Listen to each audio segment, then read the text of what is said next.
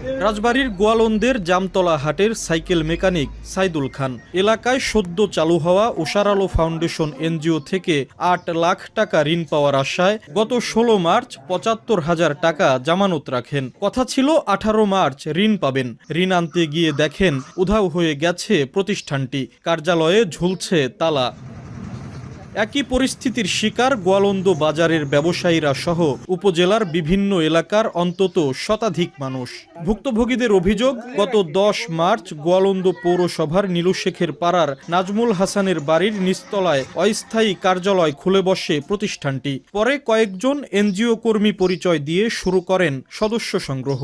সহজ শর্তে মোটা অঙ্কের ঋণ দেওয়ার আশ্বাস দেয়া হয় সদস্যদের। তবে ঋণ বিতরণের আগে প্রতি ১ লাখে ১০,০০০ টাকা জামানত রাখতে বলা হয়, কিন্তু টাকা হাতিয়ে নিয়ে লাপাত্তা প্রতারক চক্র। আমার ৮ লাখ টাকা লোন দিবে আর কি। লোন দেওয়ার পরে ৩-৪ দিনে ঘোরার পরে হলো আমার কাছে হলো ৭৫,১০০ টাকা নিচ্ছে সঞ্চয় নিয়ে। আমার লোন দিবে আপনার হলো মঙ্গলবারে আমি এসে দেখি যে অফিস তালা মারা। আমার মঙ্গলবার দিন ৮ লক্ষ টাকা লোন দেওয়ার কথা, আমি রবিবার দিন ৭০,০০০ টাকা সঞ্চয় দিছি, সোমবার দিন যা দেখি তারা তালা তুলে মারে সব পলাইছে।